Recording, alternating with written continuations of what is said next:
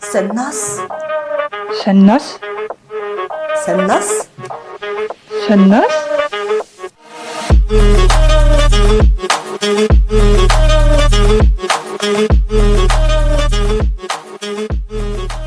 Сайн байцгаана уу? Саннос подкасттай анхны дугаарт тавтай морил. За нараа зулаа гэд хоёр бүсгүй бүгд найрамдах Чех улсад болж байгаа голлох содон үйл явдлын мэдээллүүдийг өнгөрсөн жилийн хугацаанд Чехийн 7 хоног гэдэг мэдээллийн хөтөлбөрөөр дамжуулан хүргэдэг байсан. За видео контентоос аудио контент руу буюу Саннос гэдэг подкасттай болж байна. Тэгээд шинэхэн подкастын маань хүлээн авна уу? Сайн уу нараа? Сайн уу. За хоёр өөрсдийнхөө ажлын сургуулийн зав чөлөөгөөр энэ хүү подкастыг бэлтэн хүргэж байгаа. Тийм болохоор аль болох өөрсдөндөө чирэгдэл багтай гэсэн хэрнээ Чехэд байгаа монголчуудаа хэрэгтэй мэдээллийг хүргэдэг. Дээрээс нь зөвхөн Чехэд байгаа монголчууд шиг хэлтгүү өөр улсуудад байгаа монголчууд маань ч гэсэн сонсоход илүүдэхгүй тийм сонирхолтой подкаст болно гэж найдаж байгаа. За тэгээд подкастынхаа ерөнхийдэн бүтцийн танилцуулъя л да. Үндсэндээ дугаар болгон дээр бид хоёр сэдвээр илүү дэлгэрэнгүй тайлбар өгч арай урт ярих болно. Үүн дээрээ нэмээд өөрсдийнх нь бас тухайн сэдвтэй холбоотой үзэл бодлыг хуваалцсан. Магадгүй тэр үзэл бодол маань танихтай нийцсэж болно. Аль эсвэл бүр эсэргээрээ ч байж болно. Тэгэхээр та бүхэн өөрсдийнхөө сэтгэлдлийг бас нээлттэй үлдээгээрэй. Чөлөөтэй сэтгэлдээ бичээрэй. Гэхдээ чөлөөтэй гэдэг маань бүдүүлэг байхын нэр биш гэдгийг бас анхаараарай. Бид нэр заавал санал нийлэх албагүй, санал зөрж болно. Гэхдээ түүнийг эвтэйхэн зөв хэлбэрээр илэрхийлээд янз бүрийн баримт нотлохоогоор баяжуулаад хоорондоо боловсон бэтгэл засвар бас бидэнд хэрэгтэй. За хоёр гол сэдвийнхаа дундуур бид хоёр бас цаг үеийн холбогдолтой мэдээ болон Чехийн талаар сонирхолтой мэдээллийг маш товчхон хэлбэрээр давхар хүргэж байна. Дээрээс нь мэдээнүүд дээр магадгүй Чехийн хүмүүс сонирхолтой эсвэл инээдтэй ч гэмээр юм уу тийм сэтгэлдлүүд их хэмжээгээр бичсэн байх юм бол тэрийг нь заримдаа бас та бүхэнтэйгээ хуваалцаж явах болно. За тэгээд эхнийхээ дугаарын эхний сэдвүүд орцгоох уу? Тэгээ. За манай анхны дугаарын эхний сэдв бол сонгуул гэсэн сэдв байна. За яагаад сонгуул гэдэг сэдвийг барьж авсан бэ гэхээр саяхан буюу өнгөрсөн 7 хоногт Чехэд 2 янзын сонгуул болсон. Надад бол Чехэд ирснээс хойш амар олон сонгуул болоод байгаа юм шиг санагдагдсан. Тэгэл Чехэд нэг намгүй болонгот Монголд сонгуул болоод ерөөсөө бараг жил болгон сонгуулаар амьсгалсаар байгаа таарсан. Тэгээд энэ хугацаанд бас яад ч юм Чехийн улс төрийн байдал Монголынхтай нэг тийм төстэй ч юм шиг байдал анзаарагдаад байсан л да. Тэгээд сонирхол их татчихсан. Тэгсэн чинь би өнгөрсөн 101 ном олж уншлаа. Тэр ном нь юу гэдэг ном бэ гэхээр Чехийн улс төр судлаач Михаил Клима гэдэг хүний бичсэн тоталитар дэглэмээс гажуудсан ардчлал руу гэдэг нэртэй ном. Та бүхэн сонирхоод уншаад үзээрэй. Энийг уншиж байхдаа би бүр Чех болон Монголын улс төрийн хооронд бүр ямар олон адил төстэй зүйл байдığım бэ гэдгийг хараад бүр айгүй шокнд орсон гэх юм уу. Тийм маш сонирхолтой санагдсан. Миний ойлгосноор бол ерөөсөө Чехийн улс төрийн нөхцөл байдал ерөөсөө Монголынхоос нэг 7-8 жилийн урд явж байгаа юм шиг. Тийм учраас Чехийн улс төрийн нөхцөл байдлыг анзаарах, ажиглаад авах юм бол магадгүй бид нарт ингээд ирээдүг уртчилж хилээд өгчих юм шиг тиймэрхүү санагдсан. За тэгээд сэдв рүүгээ оръё. Өнгөрсөн 7 хоног Чехэд 2 янзын сонгуул болсон. Чехэд болдог томоохон сонгуулиудын талаар маш товчхон мэдээлэл өгье. Нэгдүгээрх нь ерөнхийлөгчийн сонгуул байгаа. 5 жилийн хугацаатаагаар ерөнхийлөгч нь томилогддог. Нэр дэвшигч нь 40 нас хүрсэн байх ёстой. Одоо эх онд буюу 1-р сард болохоор тухайн үед нь илүү дэлгэрүүлээд ярив. Дараагаар нь болохоор парламентын доод болон дээд танхимын сонгуул гэж байгаа. Чех нь парламентын доод танхимдаа 200 гишүүнтэй, дээд танхимдаа 81 сенаттай. Парламентын доод танхимын гишүүн 21 нас хүрсэн байх ёстой. Тэгээд 4 жилийн хугацаатаагаар томилогддог. Энэ сонгуул нь болохоор пропорционал хэлбэрээр явагддаг юм байлээ. Өнгөрсөн жилийн 10 дугаар сард болсон. Тэгээд шинэ засгийн газар бүрэлдсэн гэсэн үг. За дээд танхимынх нь болохоор 81 сенатаас бүрддэг. Доод танхим нь яг манай парламент улсын их хурлтай ижилхэн үйл ажиллагаатай өөрөө зориултдаг гэсэн үг. Дээд танхим нь болохоор доод танхимдаа илүү юм хяналт тавих зорилготой. Дээрэс нь үндсэн хуулийн цэцгийн 15 гишүүнийг томилоход оролцдог гэж байна. Тэгээд энэ 81 гишүүн нь мажоритар бүтцийн сонгуулиар өрсөлдөж гарч ирдэг. Тэгэхээр яг нөгөө өрсөлдөж байгаа тойргоос дор хаяж 50% санал авч иж гарч ирдэг гэсэн үг. Тийм ч учраас хоёр үе шаттаар болдго юм байна л да. Эхний үе шатн дээр барагтаа бол 50% санал авч чаддаггүй учраас хоёр дахь үе дээр хамгийн их санал авсан хоёр хүн тухайн тойрог дээр дахиж өрсөлдөөд тэгээ гардаг бахнэ. Гэхдээ энэ 81 гишүүн нэг дор сонгогддог гинэ. 3 хуваагдаад буюу 27-27-ороо ингээ 2 жилийн зайтай болдго юм байна. Тийм учраас л ингээд байн сонгуул болоод идэм байна да гэж анзаарчлаа. Тэгээд сая өнгөрсөн 7 хоногт болсон 2 сонгуулийн нэг нь энэ дээд танхимын 27 суудлын төлөөх сонгуул байсан. Гэхдээ дүн нь болохоор гарааг байгаа. Яагаад гэхээр 2 дугаар үе нь одоо манай энэ подкаст цацагдчих үед буюу 9 сарын 30 болон 11 дугаар сарын 1-нд 2 дугаар үе нь болно. За энэ талаар жоохон дэлгэрүүлж ярина дараагаар нь. За үүнээс гадна Европын парламентын сонгуул гэж бас болдог. Европын парламентын 736 гишүүний мандатаас 22 нь Чехэд олгогддог гинэ. Тэгээ 21 нас хүрсэн хүн нэр дэвших ёстой. Энэ сонгуул 24 онд болох юм байна. За эдгээрээс гадна бүс нутгийн буюу аймгийн зөвлөлийн сонгуул, хотын зөвлөлийн сонгуул гэсэн хоёр янзын сонгуул пропорционал хэлбэрээр явагддаг. Парламентын доод танхимын сонгуул бас пропорционал хэлбэрээр явагддаг юм билээ. Бүс нутгийн буюу аймгийн зөвлөлийн сонгуул нь болохоор 24 онд болох юм байна. Хотын зөвлөлийн сонгуул нь болохоор сая өнгөрсөн 7 хоногт болсон үр дүн нь гарцсан байгаа.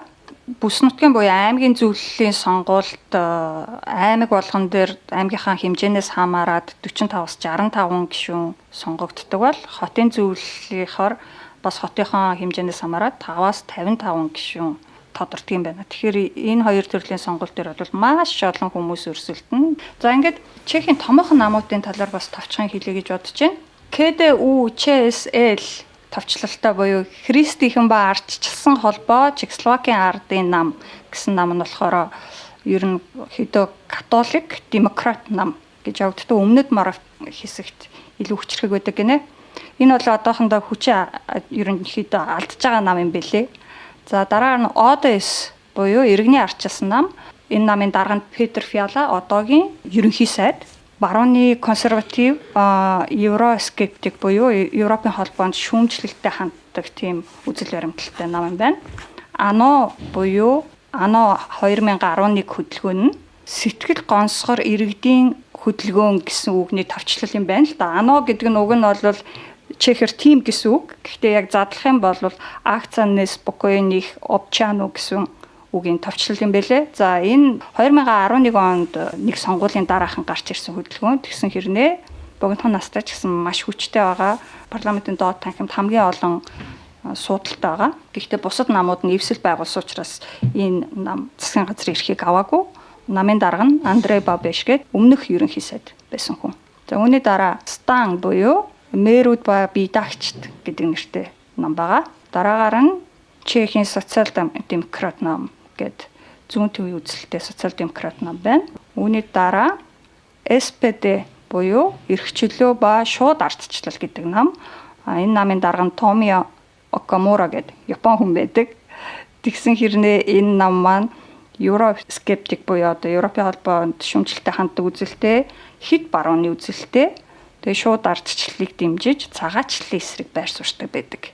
Ийм сонирхолтой нам байгаа. Түүний дараа топ 9 гэж нам байна. Топ 9 намын дарга нь болохоор Маркета Бекарова Адамова гэдэг эмэгтэй байгаа. Энэ хүн одоогоор доод танхимын спикер буюу танхимын даргыг хийж байгаа юм билээ. Тэгээд Пирати гэд жижигхэн боловч бас хүчээ авч байгаа нам байгаа. Иван Бартош гэд их итгээд төрхтэй намын даргатай. Энэ намынх нь гол үзэл болохоор пират үзэл буюу одоо нөгөө үнэгүй програм хангамж, техник хангамжийг хангамжийн хэрэглийг дэмждэг. Тэгээд хувь хүний эрх чөлөө болон хувийн нууцлалыг дэмждэг тийм үзэлтэй нам юм байна. За одоо гол сэдв рүүгээ буюу өнгөрсөн 7 хоногт болсон сонгуулийн талаар яриа. Сонгуул болох үед ямар нэгэн том асуудал болоогүй байна.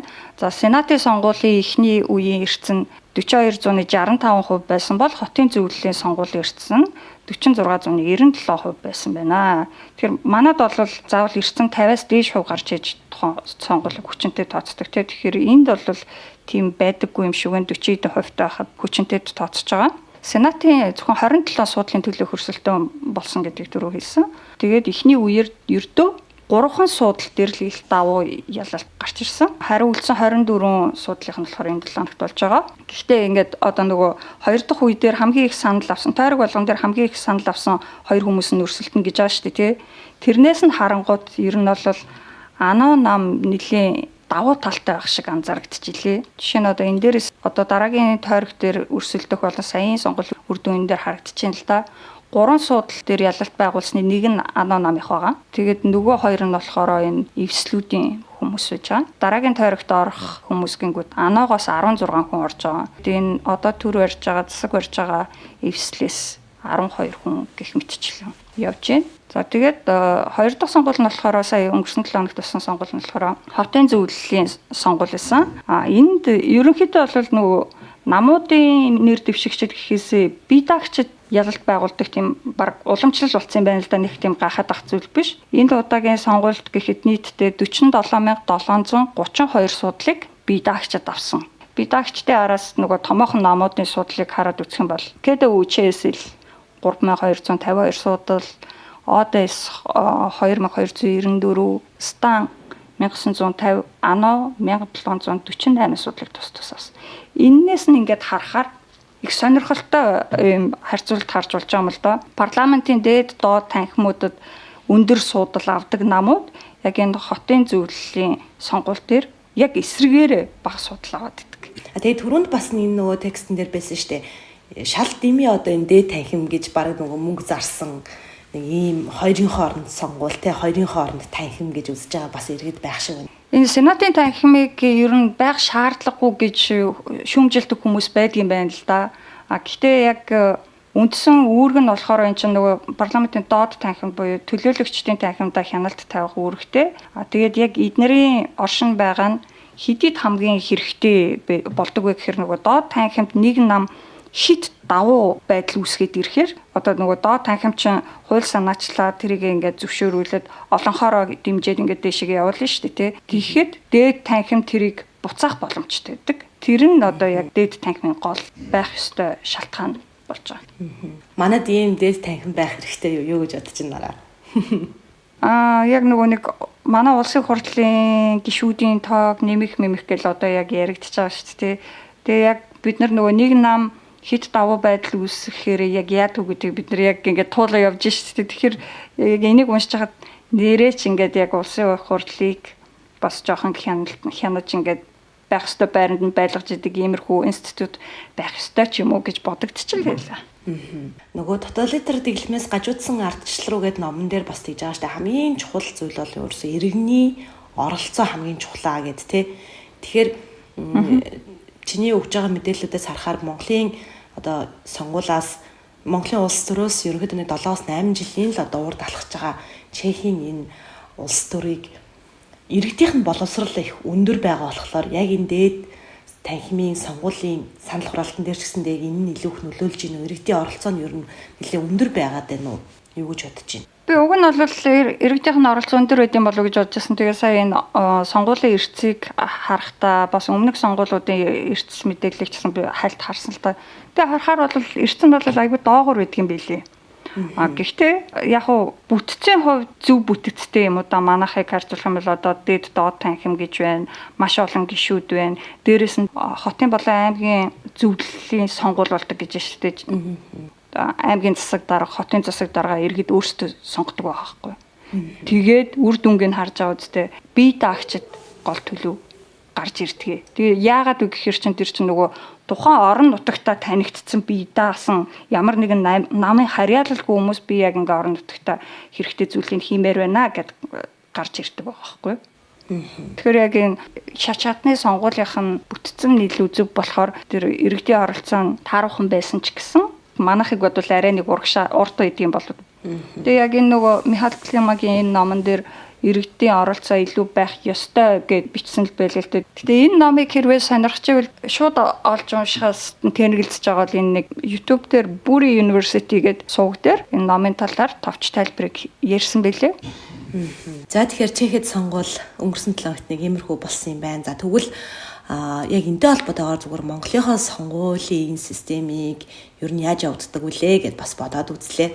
За улсын хурлын 2020 оны сонгуулийг хууль эрх зүйн шинэ орчинд олон мандатд томилсон тойрогоор зохион байгуулсан. За энэ сонгуулийг нутаг дэвсгэрийн хэмжээнд аймаг нийслэлийн 21 сонгуулийн хороо, сум дүүргийн 337 сонгуулийн хороо, 2070 хэсгийн хороо, мэдээллийн технологийн 27 баг зохион байгуулж нийт 35772 төрлийн албан хаагч ажилласан гинэ. За 2020 оны ээлжид сонгуульд 13 нам, 4 эвсэл, 121 бийда нэр дэвшигч, нийт 606 нэр дэвшигч бүртгүүлж сурталчилгаа хийсэн гинэ. За тэгээд 6 сарын 24-ний өдөр болсон улсын хурлын сонгуульд Монгол Улсын сонгуулийн эрх бүхий 2 сая 3969 иргэн саналаа өгөхөөр нэрийн жагсаалтанд бүртгэгдснээс 1 сая 475,780 буюу сонгогчдын 73.6% нь сонгуульд оролцож саналаа өгсөн байна гэсэн мэдээлэл гарсан байна. Тэгэхээр амар өндөр эрсдэлтэй айгүй сайн өгсөн байгаа байхгүй юу? Уг нь бол яг энэ том мэдээг харахад бол манайхан чинь жинхэнэ иргэний оролцоотой байдгийг биш үү? Гэтэ яг энэ тооны цаана бас яг жинхнээсээ санал өгсөн хэдвэлээ гэдгийг харуул те. Тэгээ нөгөө манад чинь санал худалдаж авж ийн гэсэн яриа их байдаг шүү дээ. Зарим нь баг нотлогдсон ч байдаг баг. Тэгтэл чегэд бас яг тиймэрхүү юм байдгийн байлээ. Төрөний миний ярьсан номон дээр бүр ингээд ямар тарифаар санал худалдаж авч ийснийг нь хүртэл бичсэн байсан. Тэгээ ямар хэлбэрээр бас саналыг худалдаж авдгүү, одоо нөгөө олонний танил манил хүмүүсийг хүртэл бас яаж худалдаж авдгүү гэдгийг хүртэл бичсэн байсан. Тэрийг сонсоод уншаад би бүр ийм адилхан гэж юу гэж бодож ирсэн. За тэгээд 2020 оны их хурлын сонгуульд Монгол Ардын намаас 62, ардчилсан намаас 11, та бидний эвслээс 1 хүн, за зөв хүн электорат эвслээс 1 хүн, за бийда нэр дэвшигч 1 хүн тус улсын хурлын гишүүнээр сонгогдсон бөгөөд сонгогдсон гишүүдийн 13 нь буюу 17.1% нь эмэгтэй гишүүн байсан гэдэг мэдээллийг тавьсан байна. За тэгээ сонгуультай холбоотой мэдээлэл ийм байна да. Хэрвээ ер нь манай подкастын эхний дугаарыг сонсоод иймэрхүү төрлийн мэдээлэл нэг сонирн биш байна. Иймэрхүү төрлийнхэн сонирхолтой байна гэд юу бодогдож чинь тэр болгоно бидэнд бичээрээ. Бид тэр яг нөгөө дөнгөж анхны дугаар болохоор яг энэ сонгуулийн сэдвийг авах уу яах уу гэж бас жоох эргэлзэл сонгуулийн талаар мэдээлэл өгөхдөө бас юу юуг нь ярих уу гэдгийг бас эргэлзэж байгаа л нэг иймэрхүү мэдээлэл өгье гэж шийдлээ. Тэгээ та бүхэн сэтгэлдээ бичээрээ. Саннас.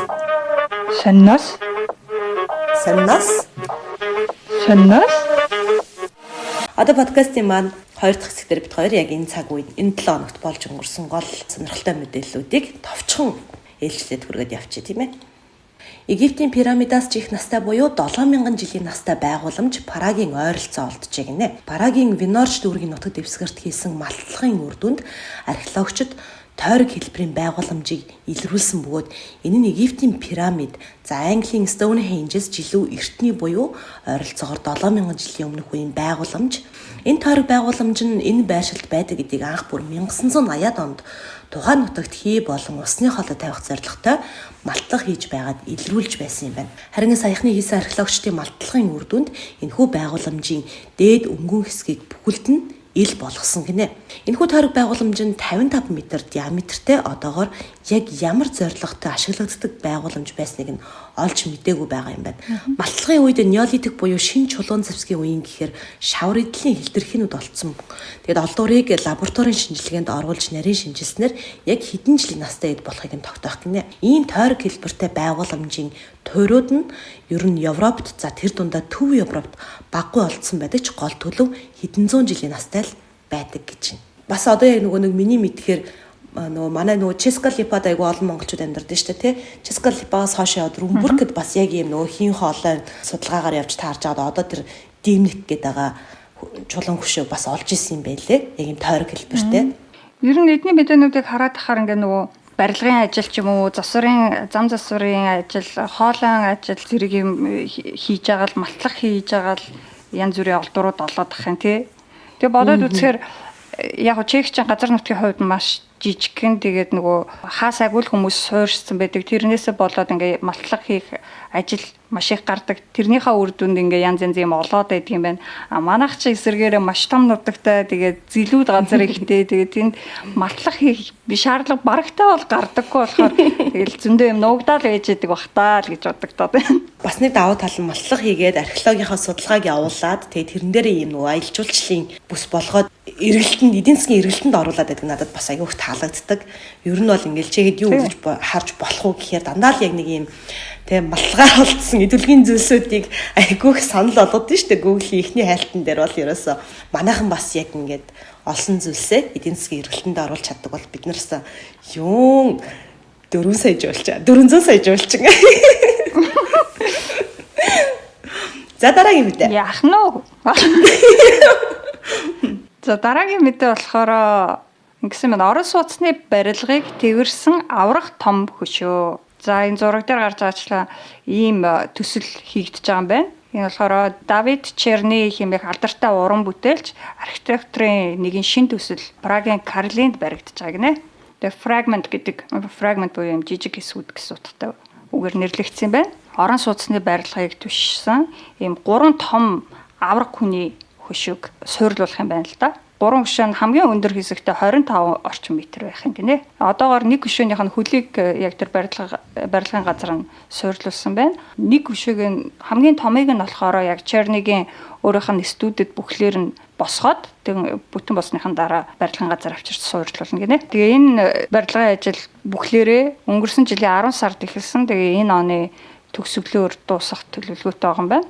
Давид Черни нь ер нь юм сонирхолтой хийцтэй башин барилга янз бүрийн зохиомж хийдгээр алдартай юм байна л да. Жишээлх юм бол Чех фото центр гэдэг практикийн нэг фото зургийн галерейд зориулсан Trifot гэдэг нэртэй хуучны камерын дүрсийг санагдуул юм сонин бүтээлгээд юм байна. Тэрнийх нь ойролцоо CyberDog буюу кибер нохой хэмээх нэртэй хоёр давхар байгууламж байдаг. Тэрийг бас зураг төслийг гаргасан. Энэ нь болохоор технологи мэдээллийн төв байдлаар ашиглагддаг. Тэгээд дотор нь робот үйлчилгээтэй дарсны баар байдаг гэж шүү. Нөгөө нэг Давид Чернигийн бас нэг айгүй чухал бүтээлүүдийн нэг нь иргэдэг толгой байдсан шүү дээ. Параг хотын төвийн нэг хэсэг дээр яруу найрагч Франц Кафкаг төрсөн. Тэр чинь бас хийсэн байхгүй. Тэгээд яг би сая одоо энэ баригдж байгаа хөшөөнийх нь зургийг харангууд яг нөгөө Кафкагийн толгой шиг санагдчихээн. Тэгэхээр яг өөрийнх нь нөгөө хэм маяг нь яг тийм байдیں۔ Тэгээд Давид Черни чинь бас амар алдартай. Яг нэг юм өөрийнхөө хэм маягийг бас илэрхийлж чаддаг. Тэгээд тэр Франц Кафкагийн нэргэлтэд толгой бол бас л бүр ингэ үнээр гайхалтай шүү дээ. Би харин яг анх энэ зургийг харчаад яг нөгөө Кафкагийн толгой шиг юм биш гэж харж байсан. Тэгээд энэ одоо Чехийн стил юм болов гэд энэ хүн бас яг тэр хөшөөг зохион бүтээсэн гэж мдээгүй л дээ. Тэгвэл аргагүй юм байна те. Аргагүй байгаас тэр яг ерөнхийдөө бас нэг юм адилхан. Тэр Trifot гэдэг энэ дээр үе юм нөгөө камер шиг хийцтэй энэ юугаад одоо хөшөө гэх юм уу та. Энэ ч гэсэн утга агуулгын хувьд бол айхтар юм билээ. Одоо энэ бөмбөр хэсгүүд нь болохоор яг ойртоод харах юм бол яг юм нөгөө хүний нүд шиг үг харамаатай. Тэгээд яг юу илэрхийлж яана гэхээр орчин үед ингээ нөгөө хаасайгүй камерууд яг л хүний нүд таныг ингээд үзээд хянаад хамаг юм чи харж байгаа шиг ийм болсон байна гэдгийг илэрхийлнэ. За дараагийнхаа мэдээ хүргэе. Өнгөрсөн зам Прагийн нисэх онгоцны буудлаар 3.8 сая зорчигч үйлчлүүлжээ гэж. 6 дугаар сараас 8 дугаар сарын хооронд буюу хамгийн оргил үед Прагийн нисэх онгоцны буудлаар 3.8 сая зорчигч үйлчлүүлсэн байна. Оны эхнээс 8 дугаар сарын эцэс хүртэлх хугацаанд 7 сая зорчигч тус нисэх онгоцны буудлаар битэрсэн гинэ. Хамгийн өндөр ачаалалтай өдөр нь 7 сарын 1 байсан ба энэ өдөр 50,000-аас илүү зорчигч үйлчлүүлсэн байна. Иргэжил Прагийн аэропортоор 12.7 сая зорчигч үйлчлүүлнэ гэж тооцоолж байгаа гинэ. За ямар ч байсан жуулчтай бол асуудалгүй л яваад байгаа юм байна тийм ээ. Өнгөрсөн зун чинь ингээд зөвхөн Прагийн аэропорт ч гэлтгүй ер нь аэропортууд дээр бас зөвхөн Чехт ч гэлтгүй ер нь Европын улсуудын аэропортууд их ачаалттай байна. Нэмэлт ажилчид хэрэгтэй байна энэ гэсэн зарууд мэдээллүүд айгүй их яваадсан тий. Ялчгүй нөө 2 жилийн хөл хорионоос бүгдээрээ иш тийш нисцгээсэн. Манай монголчуудаас агиух ниссэн. Миний мэдээ Чехэд амьдардаг монголчууд мөн бас нэлээ их орондоо очичоод ирсэн. Ковид гэснээс дараагийн товч мэдээ маань бас ковидтай холбоотой. За ингэсэн байна. Ковидын вакцинтай холбоотой худал мэдээлэл тараасан хэрэгээр сэтгүүлч Яна Петеркова 8 жилийн ял оноо гинэ. За ковидын вакцин Чехэд хийгдэж эхлэх үеэр буюу 2020 оны сүүл 2021 оны ихэнх үеэр сэтгүүлч Яна Петеркова нь Прагийн нэгэн ахмадын асрамжийн газрын ахмадууд вакцин хийлгэснээс болж бие нь ихэд сул дорой болцоосон, зарим нь бүр нас барсан гэсэн мэдээлэл цацсан байна. Үүнээс нь болоод улсын онцгой байдлын үед буруу ташаа мэдээлэл тарааж нийгэмд цочирдол үүсгэсэн гэсэн хэрэгээр шүүхэд дуудсан байна. Тэгээ анхан шатны шүүхэн шийдвэрээр ялагдал хүлээгээд давж залтаад ингэсээр байтал яг сая 9 сарын сүүлээр эцсийн хариунд гараад яг хуулийнхаа даваа 8 жилийн хорих ял. Хөөрхий. Гол нь худал мэдээлэл цацсан гэдэг нь батлагдсан. Дээрээс нь энэ худал мэдээллийг онцгой байдлын үед цацсан гэдэг утгаараа тэрэнд тохирох хуулийн шийтгэл нь 8 жилийн хорих ял байдгийн байна л да. Тэгээд сэтгүүлч нь яг нөгөө давж заалдахдаа энэ чинь нөгөө үг хэлэх эрхээ эдэлж гин гэсэн байгаа. Хүмүүс бол одоо нөгөө вакцин дургүйхэн вакциныг эсэргүүцсэн сэтгэгдлээ илэрхийлж болно шүү дээ, тийм. Тэр чинь бол хүний үндсэн эрх. Гэхдээ энэ хүн гол нь нөгөө вакциныг хийлгэсэн хүмүүс нас барсан гэдэг мэдээлэл цацаа. Тэгээ хэргийг шалгах явцад яг тухайн үед нь тэр асрамжийн газарт нь нөгөө вакцины хомсдлын үүднээс ямар ч вакцин очиагүй, хинч вакцин хийлгээгүй байсан нотлогдсон байна. За тэгээд энэ хүний энэ мэдээний доор хүмүүс маш их сэтгэгдэл бичсэн байсан. Сэтгэгдлийг нь харж байхад ерөнхийдөө нэг 3 төрлийн сэтгэгдэл байна гэж харагдчихсан. Нэгдүгээрт нь болохоор байнга тарих угаах мэдээ цацаж байдаг том мэдээллийн сувгуудаа шийдэгдэггүй байж ганц энэ хүний хэргийг яасан сүрхийг шийдэж байх юм бэ? Бас худлаа ярьсан засгийн газараа яаж шийтгэх гэж байна да гэсэн нэг иймэрхүү утгатай сэтгэгдлүүдээс. Тэгээ флегер болон кубекийг харин яах гэж байна гэсэн утгатай сэтгэл айгүйх байгаадсэн. Би тэгээ энэ флегер кубек гэдэг нь ямар хүмүүс юм бол гэж гайхаад хайж үзсэн. Тэгсэн чинь энэ хүмүүс нь болохоор нэг нь болохоор эволюцийн биологч, нөгөөх нь болохоор Чехийн анагаах ухааны танхимын ерөнхийлөгч, эмч мэрэгчлээ хүн байлээ. Тэгээ энэ хоёр хүн яг нөгөө ковидын үед илүү хурц хэлбэрийн илүү хатуу арга хэмжээ авах ёстой гэж ингээд нөгөө зурагт мөрөгтөр айгүй их ярьцгаасан байгаа байхгүй. Угаасаа Чехийн засгийн газар бас Монголда баг энд үүсгүүц тийм хатуу арга хэмжээ авч ирсэн шүү дээ ковидын үед тий. Гэтэ яг хуу Монголда харьцуулах юм бол бас нөгөө нэг хүний үндсэн хуулиар олгогддог эрх үгээ хэлэх эрх мэрхийн нь бол хаагаагүйсэн л та хүмүүс яг ковидын үед чагсаал цуглаана хийгээл явж исэн. Тэгээ хот хооронд хүндэтгэх шалтгаант бол тэрийгэ батлах бичиг баримтаа үзүүлээд зорчиж исэн. Гэтэл энээс илүү хатуу болгох хэрэгтэй гэж энэ хоёр хүмүүс ярьжсэн. Мэдээж хэсэг хугацааны дараа ковид намжаад ирэнгүүт тэр янз бүрийн арга хэмжээнүүд бол ихэнх нь хэрэггүй байсан байна гэдгийг хүн болгон ойлгоод ирж байгаа. Тэгээ энэ хоёр хүн бол тэр утгаараа шийтгэл авах хэрэгтэй гэж ард иргэд айгүйх илэрхийлсэн бэлээ. 3 дахь төрлийн сэтгэгдэл нь ерөнхийдөө энэ сэтгүүлч эмэгтэйг бол шийтгүүлсэн нь зөв юм болж гэсэн утга санаатай. Тэгээ тэрийг янз янзаар инээдтэй байдлаар илэрхийлцгээсэн байлээ л дээ сэтгэл мэдрэлийн эмч үзэх хэрэгтэй гэсэн. Тэгээд Боханиц руу явуулвал таарна гэсэн. Боханицэд очихдоо таарсан амтан энтер гэсэн. Тиймэрхүү утгатай юмнууд айгүйх байгаад гэсэн. Тэгээ би бас Боханиц гэж юу юм гэд хаагаад үтсэн чи энэ манайхаар бол шархад нэмлэг юм байл. Гэтэ бас нөгөө нэг надад хамгийн ихний сэтгэл нь танил санагдаад байна юу эсвэл нэг тийм бүх юм нь л танил. Тэгээ мэдээ шийтгэл авах ёстой юу гэвэл авах ёстой. Гэтэ бас энэс ч илүү шийтгэл авах ёстой хүмүүс байгаа юу гэвэл бас байгаад байгаа шүү дээ. Дабл стандарт байгаа яг үнэ. Саннас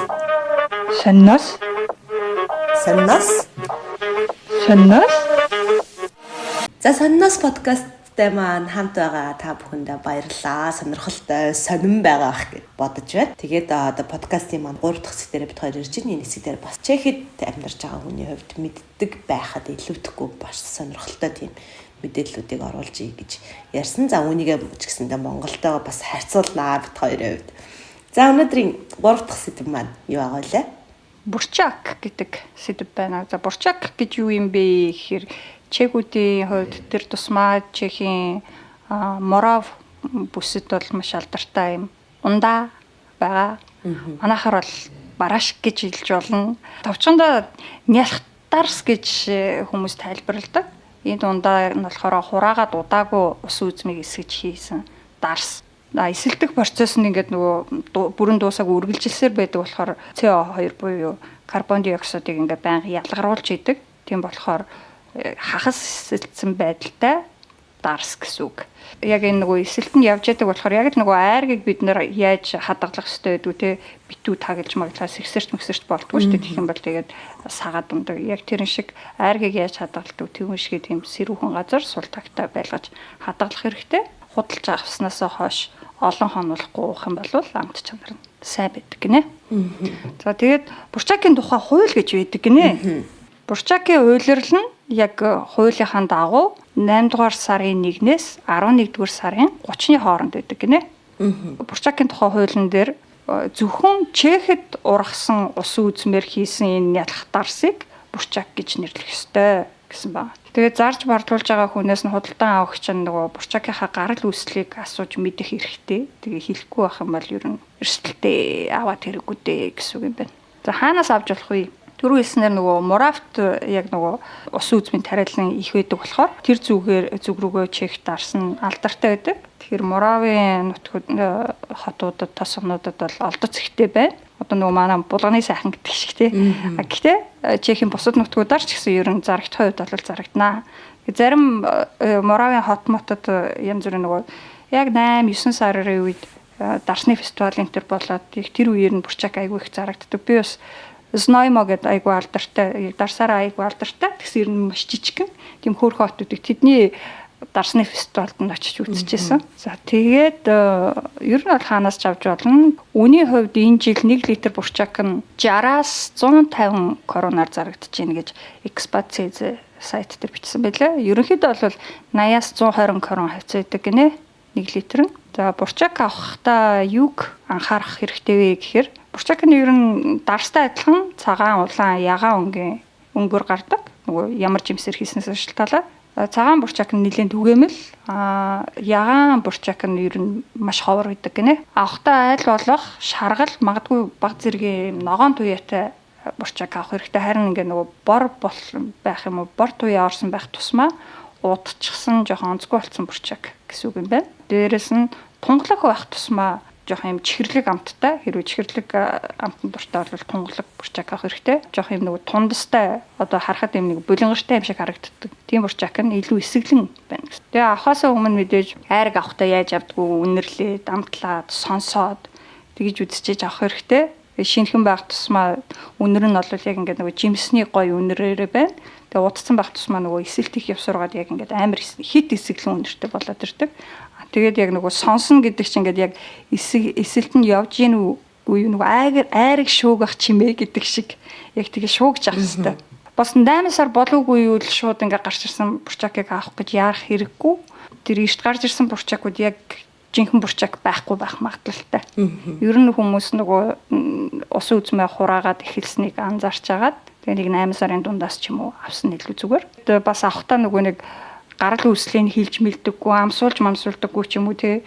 Тэгээ нөгөө нэг төр зур гардаг яарм худалдаанууд дээр голцоо тиймэрхүү хүмүүсүүд гэхдээ бүгдээрээ дэмшилтэй. Тэгээ тийм амсуулахгүй байгаа газраас л аваад ирэх хэрэггүй. Ер нь бол дарсны дэлгүүрүүдээс авах гэмгүй дээ гэсэн байна. За Бурчак ууж үзээгүй хүмүүс заавал ууж үзээрэй. Надад бол их таалагддаг. Энэ жилийнхээ арай ууж амжааг байна. Гэхдээ уунаад гэж бодсон байна. Хамт явж ууя, олж ууя. Надаа энэ мэдэн дээр нөгөө Бурчакийн хууль гэдгийг ингээ харсан чинь ер нь манайд бас яг ийм төрлийн хуультай тий. Одоо ингээ улирлаасаа шалтгаалаад хуулийн дагуу хураалтаа хийгддэг ийм одоо хүнсний бүтээгдэхүүн тий ямар юм байгаа билээгээ бодож хаад хушны самрыг олж харлаа. Одоо бас нэлээ нөгөө сэдв болж байгаа тий. Яагаад тэгэхээр хушны самрын хураалт эхэлчихсэн маш олон хүмүүс торгуул төлж байгаа. Тэг ер нь яг хушны самар гэж юу юм бэ гэд хайлаа. Тэгээ дэлхийн хэмжээнд олон нийтэд танил болсон гэдэж олдоц багтай тансаг хэрэглээнд тооцогддог гинэ. Тэгээ хушин ойн өөрөө экологи эдийн засгийн чухал ач холбогдолтой ховор үнэт модны нэг юм байна. За самрын уурагт нь 19 төрлийн амин хүчил агуулгадаг бөгөөд эдгээрийн 70% нь бие махбодод үл орлогдох амин хүчил байдаг нь сүү болон махны уурагнаас ч одоо илүү байдаг гинэ. Тэгээ ийм болохоор самрыг уургийн дутагдлыг нөхөх дархлааг сайжруулахад хэрэгэлдэгэ гэж байна. За эрт дээр үеэс хушны самрыг ардын имлэгт мэдрэлийн өвчин, уушигны сүрье, бөөр болон давсаг, ходоод гэдсний өвчин, судасны хадуурал гэдэг ингээ маш олон өвчнийг илаашуулахад ашигладаг байсан гинэ. За энэ дэр бас айгүй сонирхолтой нь бэлгийн дур хүсэл үр тогтоох чадрыг сайжруулахад хэрэгэлдэг байсан гэж шүү. Эмчилгээний зорилгоор. За тэгээ самар болон бусад ойн дагалт баялаг ашиглах зөвшөөрлийг ойн тухай хуульд заасан байт юм байна. Тэгэхээр ойн тухай хуулийн 38-ийн 1 зааснаар ойн анги байхгүй бол тухайн нутаг дэвсгэрийг хариуцсан байгаль хамгаалагч эрхийн бичгээр олгодог гинэ самар хураалтын тухай. Энэхүү эрхийн бичигт нь иргэн, ойн нөхөрлөл, аж ахуйн нэгж байгуулгын нэр, хаяг, түүж бэлтгэх дагалт баялагын төрөл хэмжээ, хугацаа, газрын нэрийг заасан байх ёстой. За түүнчлэн ойн тухай хуулийн 38.5 заасан дагуу их ургацын жил альч зориулалтаар, за дунд ургацын жил зөвхөн ахуйн зориулалтаар ойгоос хушмутны самар түүж бэлтгэж болдог бөгөөд бага ургацын жил альч зориулалтаар түүж бэлтгэхийг хориглосон байдаг гинэ. Тэгэхээр энэ нь яг юу ч нэ гэхээр одоо тухайн бүс нутаг дээр би самранд явлаа гэх юм бол ер нь самрын яг хизэнээс хизээний хооронд одоо хураах ёстой юм гэсэн юм хугацаа байгаа да. Самар бэлтгэх хугацааг самрын болцгүйсэн байдлаас хамааран бүс нутаг бүрт ялгууртай тогтоодог гэж байгаа байхгүй. Ерөнхийдөө гэхдээ самар бэлтгэх хугацаа 8 сарын 25-наас дараа оны 4-р сарын 15-ны хооронд одоо хязгаарлагддаг гинэ. Тэгээ энэ нэг хугацаагаа яаж авдаг вэ гэхээр тэр ойн байцаагч нь тухайн одоо оныхоо 8 сарын 1 гэхэд за одоо манай эндээс их ургацын жил байгаа мó тэгээд дунд ургацын жил байна уу эсвэл бага ургацын жил байгаа юу гэдгийг ингээд тодорхойлоод ойн байцаагч маань өөрөө итгэмжлэг шиг юм гаргаж өгдөг юм байна. Эннийхэн дагуу самар хураах гэж байгаа хүмүүс нь бичиг баримтаа бүрдүүлээд одоо ингээд аль бие ясар хууль заасан дүрм журмаараа бол ингэж хураагдах ёстой юм байна л да. Гэтэл ингээд нэг хаана хушны модон тийшээ бөөнөрөө гарч авирж тэгээд нөгөө сүлд юу лээ 10.9 газар дээр гэдэг шиг юм байна.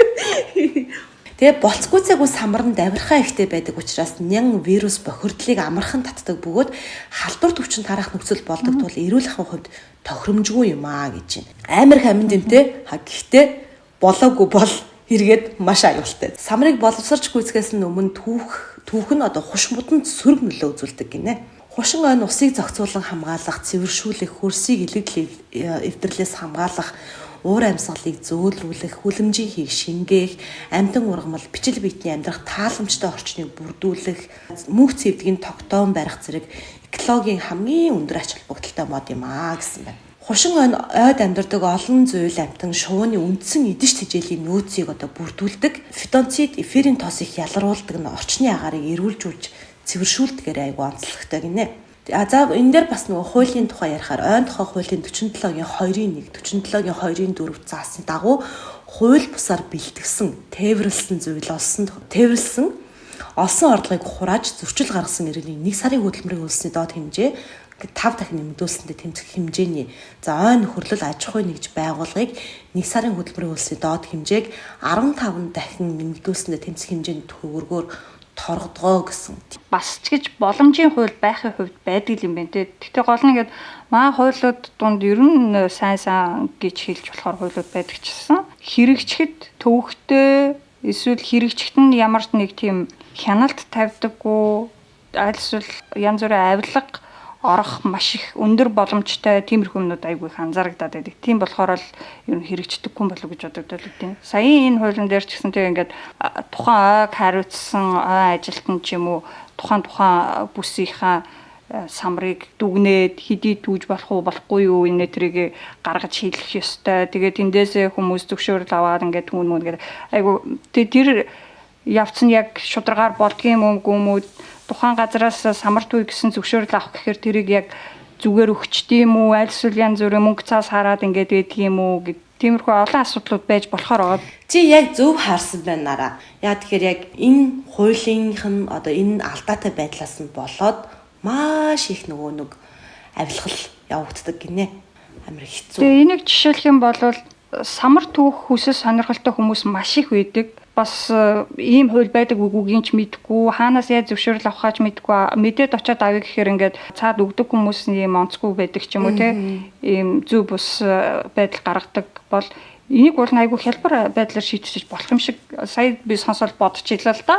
Бас илүү нюанстай юм байдаг ч гэж магадгүй. Зүгээр харж байгаа дээр одоо байцаагч болго ингээд дүгнэлтээ гаргадаг гэж чинь тэр дүгнэлтээ шууд онлайнаар тавиад тэндээс нөгөө самар түүх хүсэлтэй хүмүүс нь энд би түүж болох юм байна гэд зөвшөөрлөө бас онлайнаар авдаг болчих юм бол тэгээд яг нөгөө хүмүүс чинь бас аагаар аялж байгаа хүмүүс бас давхар хяналт тавих болчихж байгаа байхгүй. Самар түүж байгаа хүн харангуйтаа за энэ хэсэгт түүх боломжтой мөгүй мүү гэд нөгөө сайтаа шалгаад үгүй гэж ахын бол энд хууль бус самарчд явж штэ гэд мэдэгддэг ч юм уу те. Тэгээд нөгөө цахим nation, digital nation энэ төр гэд янз янз юм яриад байгаа юм чи иймэрхүү юмнуудаа хүртэл бас тэр юуныхаа төрийн систем рүүгээ оруулаад шийдэд явах хэрэгтэй юм шиг санагдаад. Энэ нөгөө нэг самар хураалттай холбоотой юм ингээд жил болгон л яригддаг. Бүх ярил мэдээллийн хэрэгсэл гаргадаг.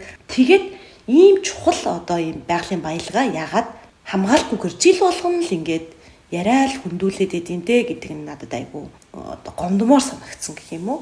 Тэгэл яг л нэг ийм нэг зурагтай тэр зураг тавьдаг бүх мэдээллийн сайтууд нь яг тэр зураг тавиал яг л тэр мэдээнүүд нь ингээл 2010 оны намар 9 сар тавигдсан мэдээ нь яг ингээл 2022 оныхоо намар нь 9 сарда дахиад тавигдчих жишээ. Гэтэл одоо яг чиний мэдээг ингээд сонсоор бурчак юм хуйлтай, дээрэс нь юм өөрөө ингээд нэгээ дахиад ингээд бүх юмны эдийн засгийнхаа эргэлтэнд оруулаад байгаа нь бас айгүй гоё байгаа байхгүй тий.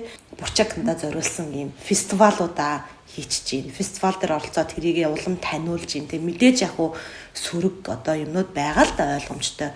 Одоо юу гэдэг яг органик биш тий бурчакууд хийгдэж байгаа ч гэдэг юм уу иймэрхүү юмнууд мэдээж байгаа бах адилхан. Гэхдээ ингээд юу гэдэг бид нар нөгөө нэг зам дээр нэг хүний гараас самар аваал тий за мэдээж яг үйлдвэрлэгдсэн пакетлэгдсэн тиймэрхүү технологийн шийдлүүдийг хийгээд явж байгаа аж ахуй нэгж бол байгаа. Гэхдээ дийлэгтэй ингээд нөгөө иргэдийн дунд зүгээр л юм гудамжнаас гар дээрээ аваал чүмдэг яг эннийхээ юм үн цэнийг нь илүү их дэлгэрүүлэхгүйгээр хөврөөд байгаа нь үнэхээр гонигтай байна. Тэгтэл одоо Чехэд харьцуулаад ярих юм бол ингээд ургац хураалтын үед ч юм уу намар болоод ирэхээр ус үзийн талбай дээр, гүзээлзэгний талбай дээр ч юм уу тий цагийн ажилтнууд аваад ингээд түлгэж мүлэгдэг шиг манайх шиг яг тийм самраа цэвэрхэн сайхан орчинд боловсруулаад пакетлаад зардаг албан байгууллагууд самар түүхчдийг цалинжуулаад тэгээ зөвшөөрөлтөөр хуулийнхаа дагуу бас явж болж байгаа байхгүй тий. Орос руу жишээлх юм бол Сибирчин бас маш их хуштай шүү дээ. Тэгээд яг би нөгөө эрхүүд очиж үзэл байгаль нуур руу очиход яг тэр нөгөө тосон дээр нь яг хушны самрыг чи бүр ингээд цөмдсөн пакетлсан язаар нь эсвэл борхоцоотой энэ тэр тэгтээ борхоцоо дээр нь бас л ингээд нөгөө цэвэрхэн савлж малцсан. Янз янзаар зарт юм л шүү. Би тэгээд баг анх удаа юм биш үү тийм нөгөө цөмдснөөр нь хушны самар зарж байгааг хараад ваа тэг гайхчих. Энд хүнсний дэлгүүрүүдэд бас байдаг штэ. Айгу үнэтэй. Тий, харин тий. Тэгэхээр бидэнд тийм маш үнэтэй гоё баялаг байгаа байхгүй. Тэгээ тэрийг гоё зөв ашиглаад тий байгаль маглаас үтгэлгүй бас үр шимийн хүртээд явж ирэх хэрэгтэй байна. Хайрлаад. За тэгээ тийм болно гэж найдаа. Бас байг муугаараа байна ч гэж явах уу манай сайн тал үзэндөө байгаа. Yes. Бид хоёрын яг нөгөө хувь хүмүүс өөрсдөө ингээд уулзалт хараад дандаа нэг юм Чехийн мэдээнүүд тий Монголын мэдээнүүдийн тухай ингээд яриад идэг тийм одоо нөхөрлөл байдаг. Тэгээ энийг бид хоёр бас яг ер нь ингээ хүргье тий хүмүүст эн чинь өөрөө бид хоёрын хувьд ч гэсэндээ бас нийгмийн оролцоо мөн үү гэвэл мөн тий бус хүмүүс маань ч гэсэндээ мэддэг байгаасаа мэдээсээ зүгээр л ингээд бүр ингээд заавал гүнзгий ухаж судлаад ах нь хаашаа юм. Гэхдээ танин мэддэг байх нь илүү юм давуу талуудыг бас бий болгодог шүү гэдгийг л хэлэх гээд байгаа. Тэгээд нөгөө өөрсдөө нөгөө сайхан мэдээ ярьдаг хүмүүс чинь сая ингээд яг подкаст бичиж ингээд жоохон бие барих, сандрахтай ингээд бодох янз бүрийн алдаа гаргасан багт эхний дугаарыг маань энэ хүртэл нь сонссон бүх сонсогч нартаа баярлалаа. Тэгээ мэдээж ямар төрлийн мэдээлэл авмаар байна. Тэ саяны явсан мэдээнүүдээр таны яг өөрийн чинь үзэл бодол яг юу байна те аль нь давуу талтай, аль нь сул талтай байна. Яавал зүгээр гарах шийдлүүд нь гарцууд нь яг юу байгаа вэ? Танд тийм шийдэл санаа оноо байна уу? Тэрийг бас илэрхийлээрээ бид нар яг ингэж комент бичиж ч юм уу те ямар нэгэн байдлаар өөрсдийнхөө дуу хоолойг илэрхийлнэ гэдэг маань эн чинь эргээд нөгөө яг одоо Монголд бидний шүүмжлэлтэйгээр хандаад идэг тэр бүх юмд тодорхой хэмжээгээр нөлөөллийг бий болгож идэг зүйл юм шүү гэдгийг бас хэлмээр байна. Тэгээд бид хоёрод бас хөтөлбөрийнхэн төгсгөлт нь Чехэд байгаа монголчуудтай хэрэгтэй сонирхолтой үйл явдал болж байгаа тиймэрхүү зарын чанартай мэдээлэл хүргэжээ гэж бодсон. Одоо жишээлх юм бол 10 дугаар сарын 8-ны өдөр буюу эх 7 хоногийн бямгарагт манай Чехэд суралцагч оюутан залуусын Монгол оюутан залуусын холбооны намрын уулзалт Праг хотод болох гэж байгаа.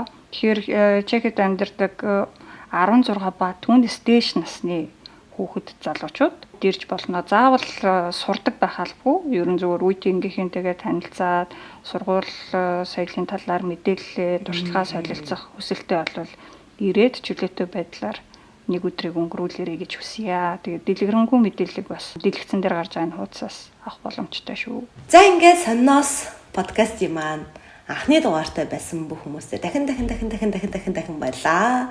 Сонирн байж чадсан гэж найдаж байна. Надад бол бүх мэдээлэл маань сонирн байж чадлаа. Нараад маань ямар байсан? Өөрсдийнхөө хувьд сонин сайхан гэж бодсон мэдээлэл ингээд түүгээд шигшээ та бүхэндээ хүргэж байгаа. Тэгээд ер нь сэтгэлдээ бичээрэй. Хэрвээ таалагдсан бол манай YouTube сувгийг дагаараа subscribe хийгээрэй. Бас бусадтай хуваалцаарай. Зөвхөн Чехэд байгаа монголчууд гэлтгүү те. Ер нь дэлхийд даяар тархан суугаа монголчуудад маань сонирхолтой байж магадгүй. Тэгээд өөр оронд байдаг бол бас сэтгэлдээ хуваалцаарай. Баярлаа. Баяртай. Дараагийн дугаараар уулзцгаая. Баяртай.